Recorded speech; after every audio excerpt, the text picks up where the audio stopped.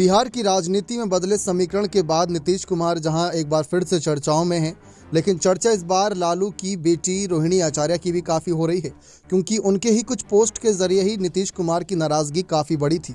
बात करें रोहिणी आचार्य की, तो रोहिणी आचार्य लालू प्रसाद यादव के 9 बच्चों में दूसरे नंबर की संतान हैं।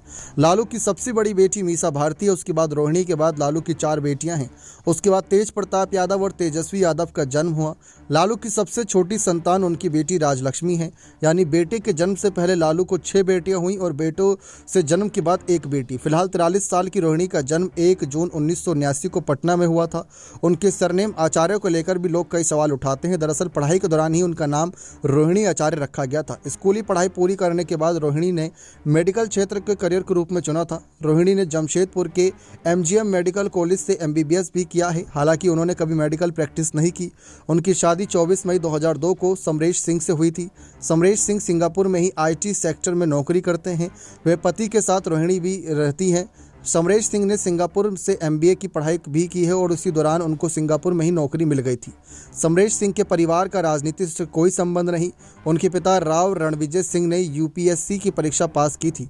उन्हें इंडियन रेवेन्यू सर्विसेज के लिए चुना गया था। राव रणविजय सिंह और लालू प्रसाद यादव कॉलेज के ज़माने से दोस्त भी थे। रणविजय सिंह आयकर विभाग में अधिकारी थे। अब उनका निधन हो चुका है। जबकि रोहिणी की सास प्रोफेसर रही हैं। रोहिणी की शादी MBBS की पढ़ाई के दौरान ही हो गई थी। रोहिणी और समरेश सिंह के 1 बेटी और 2 बेटे हैं। रोहिणी आचार्य सोशल मीडिया पर काफ़ी एक्टिव रहते हैं, आपने पिछले कुछ दिनों देखा ही होगा। रोहिणी आचार्य ने जिस तरीके से 25 तारीख को ट्वीट किया था, 25 जनवरी को, और कुछ ट्वीट के बाद नीतीश की नाराज़गी लगातार बढ़ गई थी। रोहिणी सबसे ज़्यादा तब चर्चा में आई जब 5 दिसंबर 2022 को उन्होंने पिता लालू यादव को किडनी डोनेट की थी। साल 2022 से पहले लालू यादव की सेहत दिन पर दिन गिरती जा रही थी।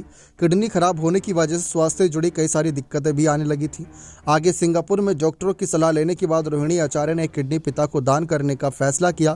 किडनी ट्रांसप्लांट भी सफल रहा और लालू यादव की सेहत में भी सुधार हुआ था, जिसके बाद लोगों ने रोहिणी की खूब सराहना की थी, क्योंकि जिस तरीके से बेटी की शादी तो हो गई, लेकिन बेटी ने फिर भी अपना फ़र्ज़ निभाया और पिता के प्रति जो किया वह सभी के लिए कहीं ना कहीं एक बड़ा एग्जाम्पल बना कि एक जो बेटी होती है वह कैसे अपने पिता के साथ सबसे करीब मानी जाती है। बने रहें चैनल के साथ। बहुत बहुत धन्यवाद।